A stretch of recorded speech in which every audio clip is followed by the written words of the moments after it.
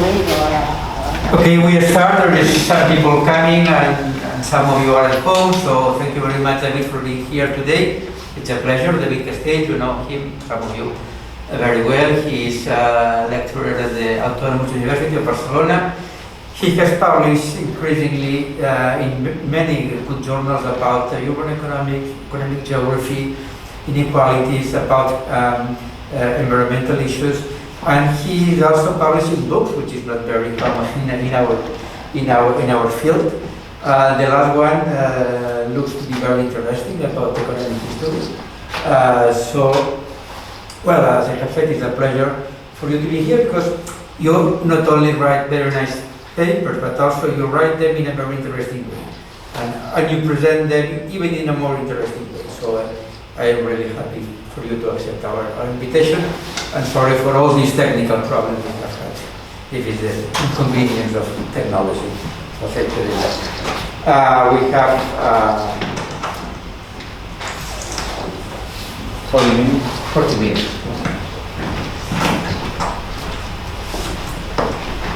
Okay, thank you very much, Jose Maria, for such a nice presentation. Sorry for everyone waiting while we were trying to sort the sound here. Jose Maria just put a lot of pressure on me, so I'll try to deliver. But yeah, I'm really happy to be here, and again, thanks for the invitation. And I'll get to the paper. So what I'm gonna present today is not a book. It's a paper on population displacement and urban conflict. This is joint work with. David. Yes. Can you, for example, move near the. Yes. So where is the symbol of echo SOS? That is the middle of the screen for us. So just in order to see you. Okay. Okay. Stop. Sorry. Yeah. I won't move. Sorry. Usually I move a lot, but I'll try not to move. If I block this, it's okay, no? No, don't worry. Okay. Take a look. We have echo source in Rovira Virgili. Now I'm gonna block it to be able to see the screen. All right. Alright, so this has a pointer, well anyway. So as I was saying, this is joint work with Maria Lopez Uribe and Tom McDermott, alright? And here in the title, let me try to get a simple sort of idea of the paper, so it will be easier to follow. So what we do is, we look at floods, so flooding worldwide. We look at more than 3,300 flood events in mainly developing countries, again worldwide, and we see how, so the idea of the paper is to analyze how the flooding displaces people. That's also why we focus on flooding, because the motivation is climatic shocks driven by climate change, but one specific shock is, so flooding is a specific shock that is interesting for us because it forces people to move, right? Other shocks as well, but here is the flooding that we look at means that you cannot be there anymore, right? So flooding displaces population. These people usually go to urban areas, mainly large cities, and what we try to do is to analyze what happened with urban conflict in those cities, right? So that's basically the idea of the paper. In case I'm not able to explain properly after. All right, so the motivation, pretty straightforward, at least three things here. First, increasing social conflict in developing countries, especially in large urban areas. When we talk about conflict, we usually have in mind like violent conflict, like a civil war in rural areas, blah, blah, blah. But in the last decades, conflict many times means protest, riots, sometimes violent, but not necessarily in urban areas, right? So that's why it's a different focus, all right? So it's urban conflict. And this is happening at the same time with rapid urbanization and what we call, or what I call unplanned city growth, probably familiar to many of you, right? So we know that especially in developing countries, cities are growing really fast, but these countries are going through a process of rapid urbanization, and this means larger and larger cities. But cities that grow in a sort of an unplanned way, all right? And the third sort of trend here for the motivation is, as I mentioned, is climate change. So deteriorating climatic conditions, especially in rural areas. We're talking about developing countries, so a lot of rain-fed agriculture, right? So a lot of people living in urban areas and depending on the climate. As the climate deteriorates, for instance, because of less rain or because of flooding, people have to move, right? Their living conditions become difficult, and usually the default option is to move to the city, usually large cities, right? So that's the motivation of the paper. In some pictures, so I was talking about flooding, and so I think it's clear in the picture. No, this is not that it rains a little bit more. It's that it gets flooded, so you cannot be there anymore, right? So you have to move, and basically, as in the bottom left, this means you take whatever you have and you walk in the water and go to the city, right? And so we try to connect this. The last picture, bottom right, is conflict in cities because of population pressure, right? So the hypothesis here is that all of this forced displacement creates population pressure in cities that may drive conflict. All right, so the aim is to test the effect of climatic shocks, especially flooding, on, as I was saying, urban conflict, urban social disorders, all right? The mechanism, as I just said, is the displacing of population. And what we're gonna do is to use a large panel of large cities in developing countries, all right? We have city level measures of social disorder. This is more than 9,000 urban conflict events, right? And I'll get into that, so I'll explain a little bit more about this, of course. We have more than 100 cities in 89 countries, and the time span is also quite long. It's from 1985 to 2015, all right? So we look at sort of couple of 3 decades, more than 3 decades. All right. So in terms of floods, I think what is nice about the paper is how we use the flood data to try to identify the shock, right? So we're gonna be distinguishing floods that hit the large cities from those that occurs elsewhere in the country. The flooding that we are interested in are precisely the flooding that occurs outside the large city, because our idea is that people are displaced into the city, all right? So of course, if the city gets flooded, it will be the opposite. But large cities, I mean, they usually have a better system and they usually don't get flooded, right? So what we're looking at is flooding occurring elsewhere in the country, right?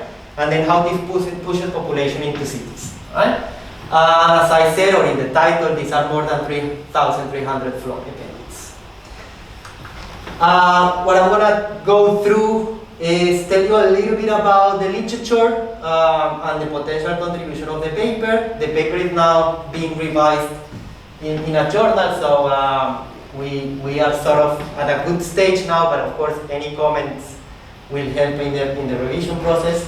I'm gonna go, so as I said, through the potential contribution, then show you the data and some descriptive statistics and analysis, and then go into the empirical strategy and results, all right, to finally conclude. So, without bothering you too much, trying to summarize the literature here, I'll tell you what we know so far. So we know that climate change and disasters drive conflict, all right, and the seminal papers here. These papers are the papers that focus, as I was saying before, sort of like national conflict, violent civil war, right? Usually in sub-Saharan Africa, all right? And we know that conflict in sub-Saharan Africa, for instance, has been, in a way, increased because of climate change, all right? We also know that conflict hinders development prospects, all right? This is sort of straightforward. There is, of course, theoretical insight, but also a lot of empirical evidence here, right? And again, this conflict usually means civil wars, national conflict, right? More recently, as I said at the beginning, we know that conflict has been moving from rural to urban areas, and that was the motivation that I mentioned before, no? So now a lot of conflict is smaller problems in cities, right?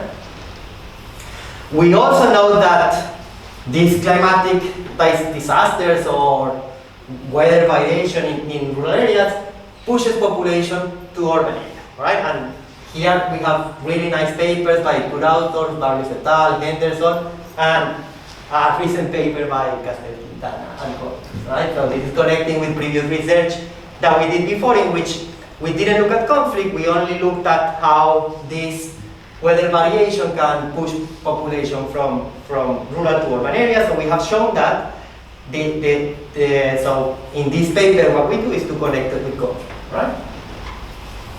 And finally, we know there is evidence also that this is driven by population pressure, right? So that, as I was saying, as people arrive to cities, this can increase social tension and might then lead to conflict.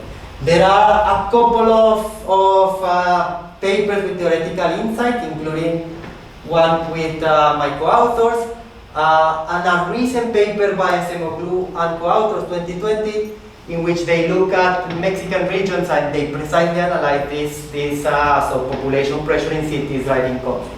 So I think we can connect with this paper in the sense that the story is similar, but we do it with a different data set and taking more like a global view. All right? So and I think that's our contribution, no? To be able to analyze, to relate climate, population displacement, and conflict in urban areas in a global panel of cities. Let me guide you through the data. So the first one, so the dependent variable is urban social disorder. Here we use the USD data set by Prime Institute in Oslo, all right? And this is a nice data set with information about different disorders in urban areas, all right? We know how many people are involved, we know the number of fatalities, we know a lot of things, we know also the motivation behind the conflict, right? So we want to try to exploit this rich data set about urban social disorders, right? The data set includes 103 large cities in 89 developing countries. It's usually one city, the largest city per country, but in some countries like China, India, we have more than one city per country, all right? With this data, we can do several things. I'll explain more, but for the moment, I'll tell you that we can distinguish between the extensive and the intensive margins, so whether a conflict occurs or not, and then how intense the conflict is, all right? I'm going to show you today, I'm going to show you results mainly for the intensive margin, all right? Again, we can look at the type of conflict. Either it could be according to the USD classification, it could be a protest, it could be a riot, or it could be armed conflict, all right? And the data set also give us the motive, and we're going to further classify by motive of disorder, all right?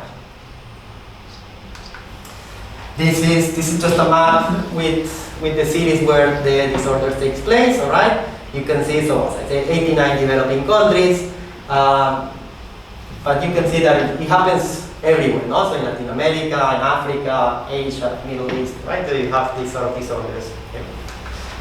This is the evolution over time. Increasing trend, of course, with a lot of variability cycles. Right? Now the flux data. So we look at flooding, as I was saying, and this is data from the Dartmouth Flood Observatory, all right? And here we have information about the location, the timing, the duration, the damage, and interesting for us, the number of people killed and displaced, all right? And this is information that we can exploit, all right? It allows us also to define the areas affected, all right? So interesting for us. And that allows us, as I was saying, one thing, for instance, is to distinguish floods that impact the city than those that don't, and how far they are from the city. So we're going to play with this in our econometric analysis, right? Some floods occur right outside the city, some floods may occur farther away, and we can account for this or control for this, right? I'm going to show you results with three main measures of flooding. The first one is just the sum of population displaced.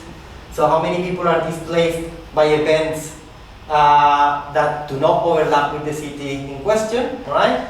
Another one is the distance weighted, as I said. So if they are close to the city, they will play a higher role than if they are far away. And then a distance weighted sum of population explosive. And this is using our flood data combined with greater population data of the world.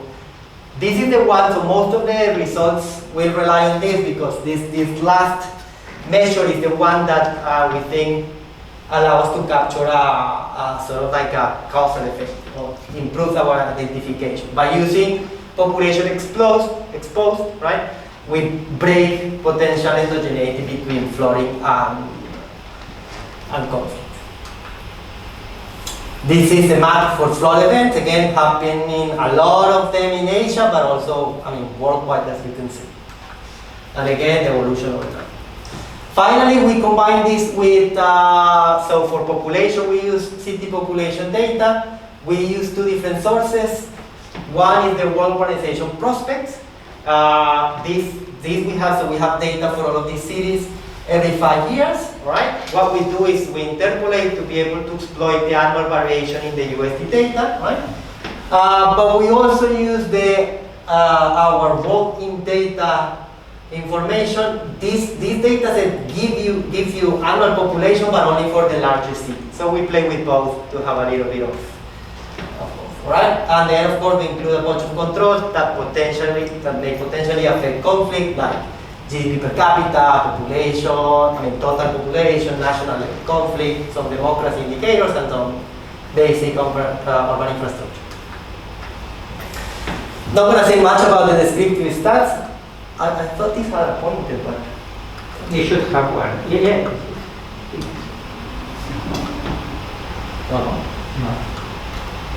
Okay. One thing to highlight here. So the mean for the number of events, social disorder events, is 1.88. So it means that this is happening at least, so on average, close to 2 events per period per city, right? So this is happening quite frequently, right?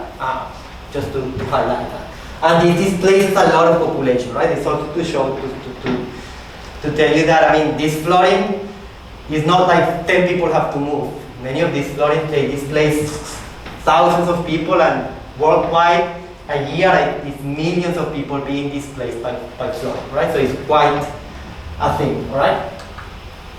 I'll show you some associations before econometrics, and I think, I'll try to convince you that there is something here, but this slide sort of captures the story of the paper, no? So the first plot is people displaced by floods and city population. So the idea here is, of course, the more flooding and people displaced by flooding, the larger the city will be, no? So this population displacement. And on the second panel is the association between population pressure and the number of events, right? So again, the story here in 2 graphs is that. Flooding, of course, people will move to cities, and as that happens, conflict will increase. I'm going to try to convince you of this with some regressions using the panel data that we have, and we're going to do 2 things. So first, study sort of the reduced form, so the effect of flooding on social disorders in cities, right? And then introduce different mechanisms. The one that we have in mind, as I said, is the role of population, right? And we're going to do this through mediation analysis, which is basically introducing city growth in our regression for conflict and see what happens to the coefficients, right? Finally, so these are the main results, but finally we do an analysis of the different events, classifying them by type and motive of disorder to explore a little bit more what happens in cities, right? So in all cases, I'm going to use, so we're using the city annual panel. As I said, we also do it with 5-year periods, main variables in logs. We consider different lag structures. I'm going to show you different results. We consider different variables for floods, as I showed you. We consider different specifications. Main results are with city, so with city and time fixed effects. We cluster robust, the standard errors using the jackknife method. That's because of our estimation strategy, which is a negative binomial, right? So let me show you then the result for the reduced form, all right? Basically what we have here is a positive and highly significant coefficient for floods. The different columns is using different, different ways of measuring floods, as I said before, right? But you see that it's pretty consistent. So a positive and significant coefficient, meaning that the more flooding, the more social disorder events in cities per million of inhabitants, right? We weight by the total size of the city, right? This is, as I said, proposed two different ways of measuring flooding, but also including controls, city and year effects, right? Using different samples, like looking, for instance, just at the larger city per country, using alternative measures of disorders, as I said, for instance, looking at the extensive rather than the intensive margin, different aggregations. So I showed you results for the annual sort of variation, but if you aggregate over 5 years, so you play with this, you also get the same result. We also run 2 placebo tests. If I have time, I'll show you that at the end, or if you want to see. So a spatial one and a temporal one. So the spatial one is basically moving to another city, and the temporal one is looking one period before. No? So in these 2 cases, you shouldn't find a result, and we don't. So I think these placebo tests are interesting to reinforce our story. We also exclude different outliers. Of course, some cities in some years, they have a lot of conflict because of specific situations of that country. We try to exclude those, and results hold. Right. How am I doing in time? Sort of okay? You have 15 minutes. Okay. This is the dynamics. So on the left-hand side is the year variation, on the right-hand side aggregating over 5 years. What I want to show you here is that it seems that there is sort of like an immediate effect, but also over the long run, and we're gonna play with this. And we believe that this makes sense, no? So when flooding occurs, it may be that automatically this is a shock to that society, and that may like sort of automatically lead to more conflict, right? But also, so again, because this flooding forced people to move, in some cases permanently or for a long time, when they arrive to the city, they try to settle, they don't find a job, blah, then you also see conflict happening, right? So that's why we see these two peaks, right? It's also what we see when we aggregate over 5 years, no? That it's sort of like a more medium-term effect, right? So I think the dynamics are also interesting. We would like to explore these more in depth, but it's difficult because we know that people move, and we know how many of them move, right? But we don't know what they do after. We don't know exactly. We don't track, of course. We cannot track all of these people worldwide. So that's why. All we can do is look at the different motive of disorder, which is what I'm going to show you at the end. About the magnitude of the effect, so this is one standard deviation increase in our exposure to flood leads to a 16% short-run increase in the intensity of social disorder. Right? That's sort of the automatic effect. So it's not negligible. And if you take a more, as I said, medium, long-term perspective, so over 5 years, for instance, this one standard deviation increase translates into up to 33% increase in the intensity of social disorder. So we believe it's not only statistically, but also economically significant. Now the deviation analysis. Basically, as I said, the idea here is to see to what extent this really happens through population pressure in cities. And for that, we use our population data, all right? And we compare this with other mediators. That's basically the idea of this analysis. I think it will be clear in the table. So in the first column, we're looking at the connection between floods and city population, all right? And this is like the first association that I showed. This is to say that there seems to be a connection between flooding and city growth, all right? So the more flooding, the larger the city will be, all right? Automatically and cumulative, no? That's column 1 and 2. Right?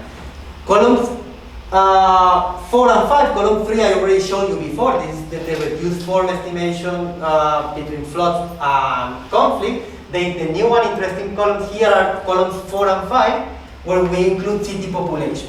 And if you take a look at the coefficient, you see that the coefficients for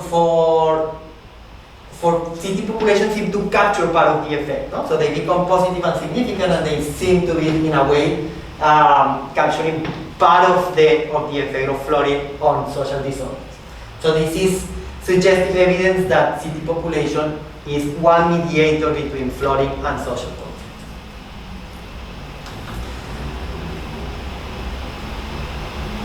Related to this, the other thing that we do to try to capture this idea of the role of city population is to do a push and pull factor analysis, right? So this is to acknowledge that the city growth can be explained different ways. This is probably familiar to many of you, right? So cities attract people, so this is pull-driven growth, but cities also grow because of people being pushed from rural areas, right? And that's what we have in mind, no? That people are moving to the city not because they want to be in the city, just because they cannot be in rural areas anymore because there was flooding. So we try to disentangle this by using several measures. So for push, we use flood and total population, right? And for pull, we use economic growth and sanitation as a proxy of urban infrastructure, right? So with these variables, we disentangle the two types, or we try to disentangle the two types of city growth. And then, in a second stage, we use this to analyze the connection with conflict in urban areas. That's columns 3 to 6, no? Disorder events per million.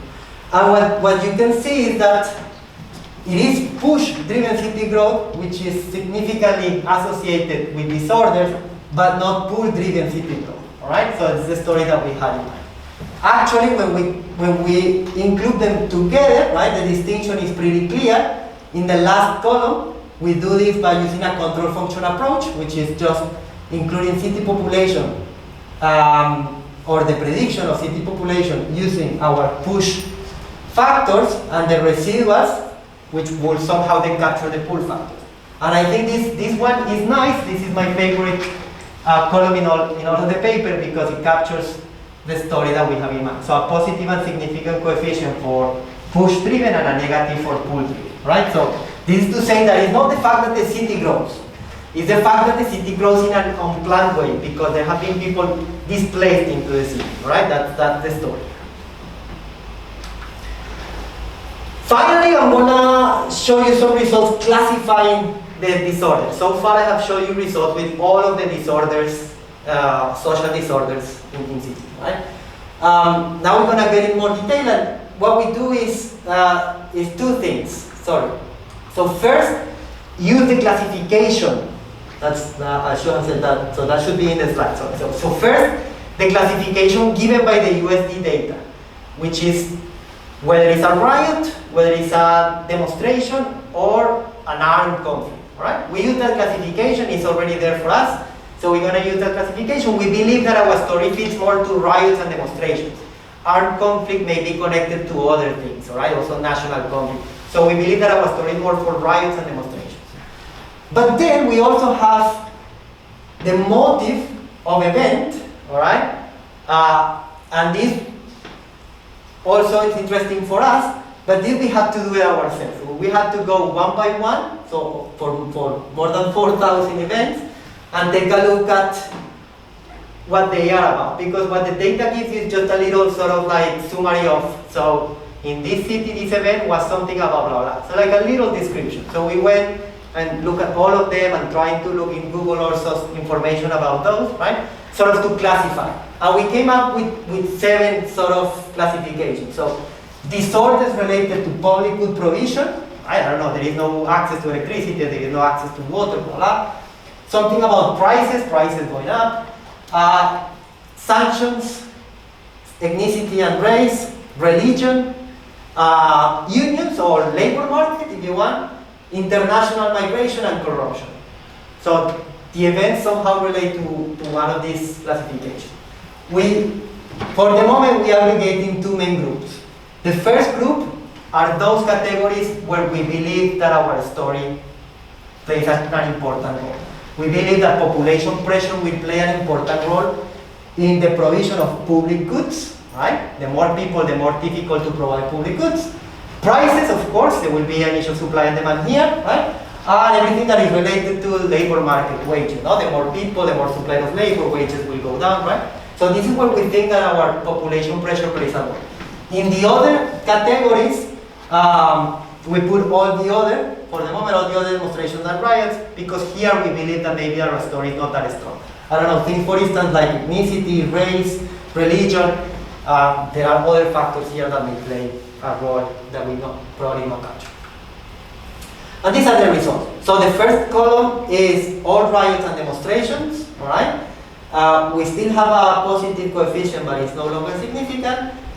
Column 2, looking only at riots and demonstrations associated to public good provision, prices, and wages, and here is where we capture the effect, all right?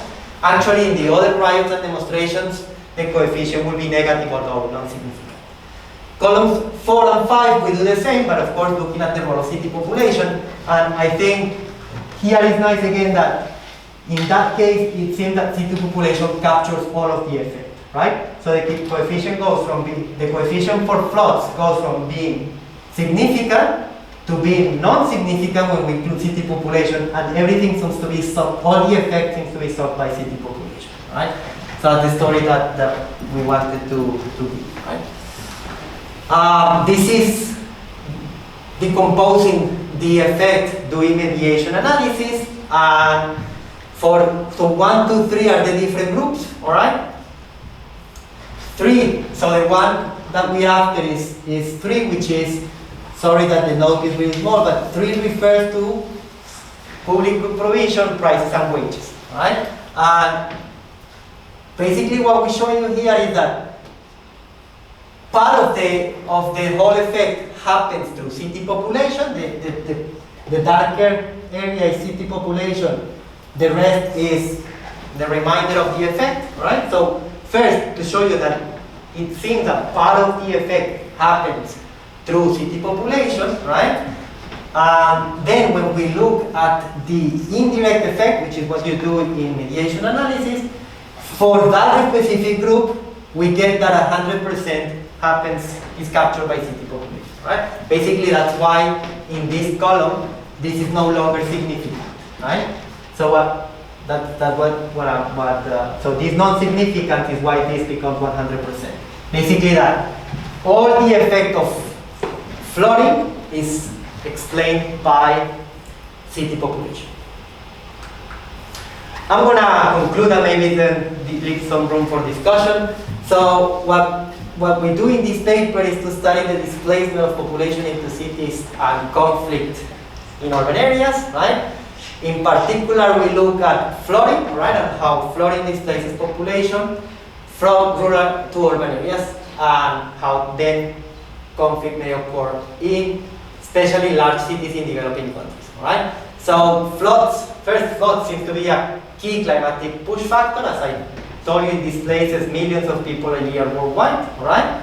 And this displacement seems to be associated with the increased intensity of urban disorder, right? Especially when you look at these disorders, as I showed you just before, especially when we look at protests and riots related to public service provision, wages, and food prices or prices in general. Most of the events related to food prices, but we believe it's an issue of prices going on. Policy implication of all of this, due to climate change, we know that the intensity of flooding will increase, all right? And this will only put more pressure on the challenges of unplanned city growth in developing countries, which is something that I was studying before this paper. So for me, this is why this piece of research is interesting. All right. Thank you very much. I'll be happy to take comments, questions from the audience here or from the audience at home. I have a comment.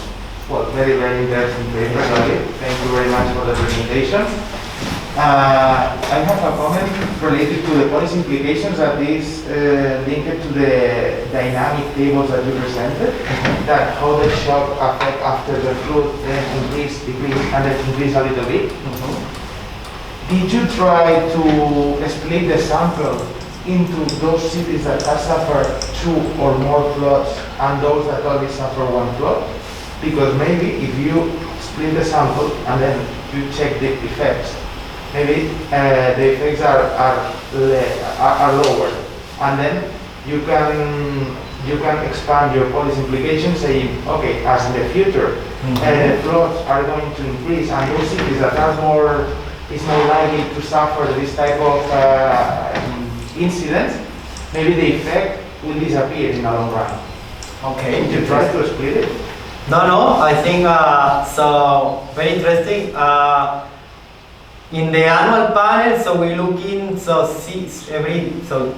the observation is city year. So flooding in that year, we could see whether within 1 year there were 2 flooding events affecting the area around the same city. So we could do that. I don't think we did it. No, or just a split, but because you have 30 years, 40 years Yeah. of panel. During this period, there will be cities that have suffered. During the whole period, yeah. I know Whole most. period. Yeah, I can check, but I think most of these cities were affected more than once. More than once. Yeah. We have 3,300 flooding events. So Maybe you can calculate the mean or but something. yeah, we could explore more to try to maybe get more insights on the dynamics. Yeah, Because maybe the cities become expert. Yeah, How sure. to manage the problem of Sure. social displacement. Sure. Yeah, good point. Thanks. Yeah. Mike? Okay, yes, very interesting paper. I have several ideas or comments. The first one is about the process. So you are assuming that you have a flood, then people are suffering from that, then people is moving, then people is going to a big city, and then this is generating a lot of riot, of problems there. But the weather, you really can, and you have different measures for floods, okay?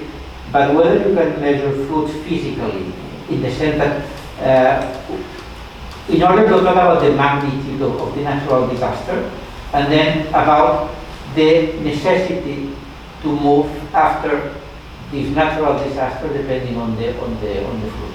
And then, once arriving to the city, how to quantify or measure the capacity of the city to allocate all these extra additional people living there. So what about, if you have some idea about how to measure the quality of public infrastructure there, in order to, because perhaps depending on this quality, you are better prepared in order to receive and to allocate and to give shelter to additional residents.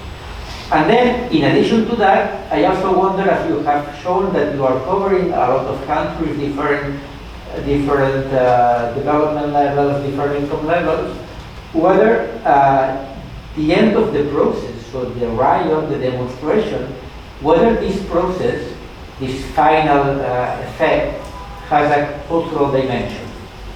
Because perhaps not all people from different countries, cultures, have the same, let's say, propension to demonstrate. Because in some cultures they just look down and then, okay, this is a disaster, but we cannot, it's not socially acceptable to complain, it's not socially acceptable to demonstrate in a public way. So whether there is let's say, a cultural bias in the final effect. Okay, yeah. Good comments, Maria, thank you. So let me start with the flooding. So as I said, we play with different measures of flooding. So maybe we could explore more the timing. I think that's probably what you have in mind. But in all cases, anyway, these are, as I said, these are flooding events. I mean, this is not that a little bit more of rain, as I said. This is so the area gets flooded, and they have to move, all right? And because we know how many people move, but we also know, because we have degraded population data, so we also know how many people were exposed. So that gives us a good sort of identification of the people that either suffered the flooding and had to move. I was asking that because I don't know, because when we talk about an earthquake, we have an objective measure, and I have about the degrees of the intensity of the earthquake. I don't know if about floods there is something similar. In the previous paper, when we were looking only at climatic events and migration, nothing about conflict, we did look at rain, temperature, moisture, all of these indices. We didn't do that here because we could probably, but I don't think we'll add more. I mean, once the area gets flooded, it doesn't matter if it rains more or less. They just had to move, right? There is also information on the damage, right? That's related to how much flooding it happened, but of course about what was there to begin with, no? But probably play with that. But in any case, I mean, we are interested only on the point that people have to move, and over a threshold, which is the threshold in the data, we know they will have to move, all right? About infrastructure, you're right. I think that's sort of what we try to do here in the push and pull factor, no? So to try to proxy for urban infrastructure, we look at sanitation. It's a good measure of how ready the city is to welcome people. And so I think it's a good point, and I think that's what we try to do here, as I said, to disentangle push-driven, pull-driven city growth. Some cities have good infrastructure, they've been ready to take people. In those cities, there is no effect. The effect is in those cities where the infrastructure was bad, there is no economic growth, and suddenly more people arrive. It would be nice to use more measures of infrastructure, urban infrastructure, but for such a sample is difficult. One measure that is available is sanitation. And, in a previous paper I used this measure, and I showed in that paper that it's a good proxy for basic urban infrastructure. And about the events, right, we did some heterogeneity analysis looking at just Africa, just Asia, blah, blah, or by income levels.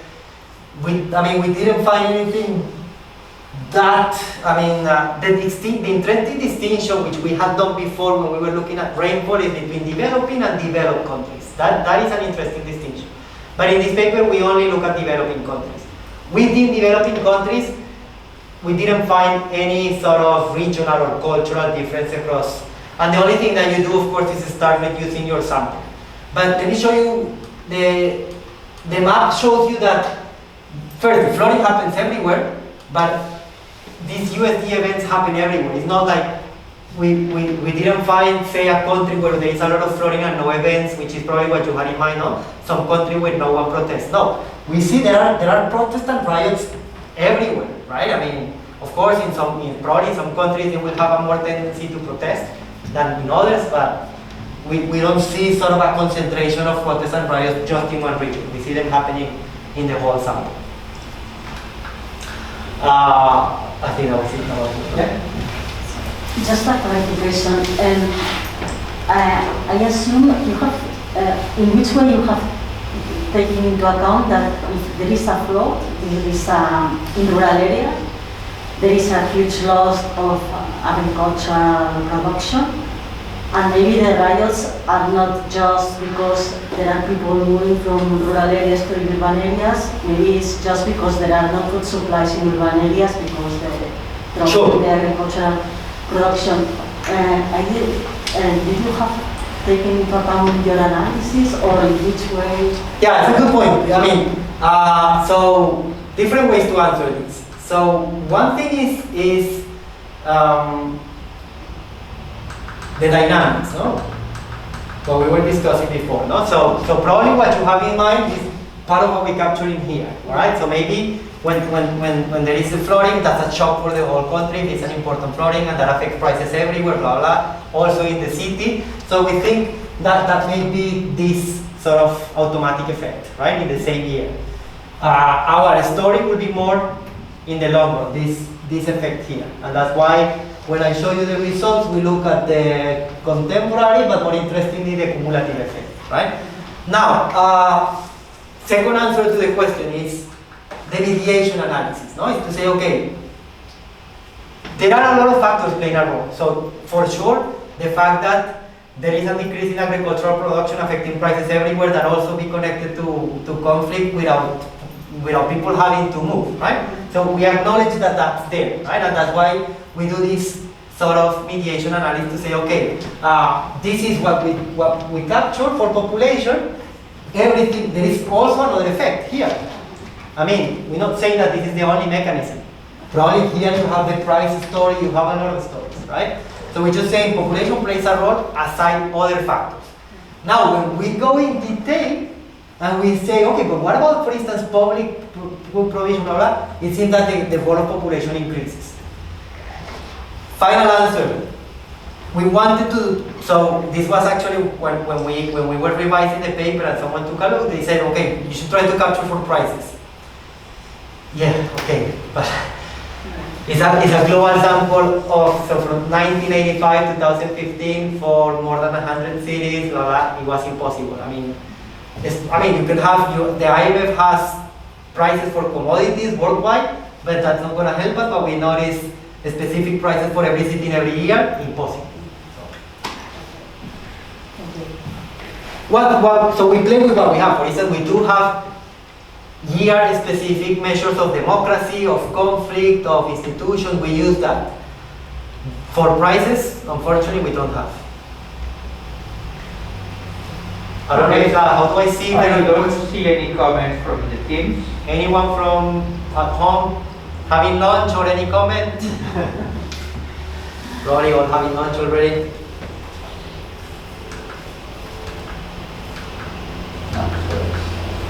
Nobody has been here, so Okay, that's either good news, other one.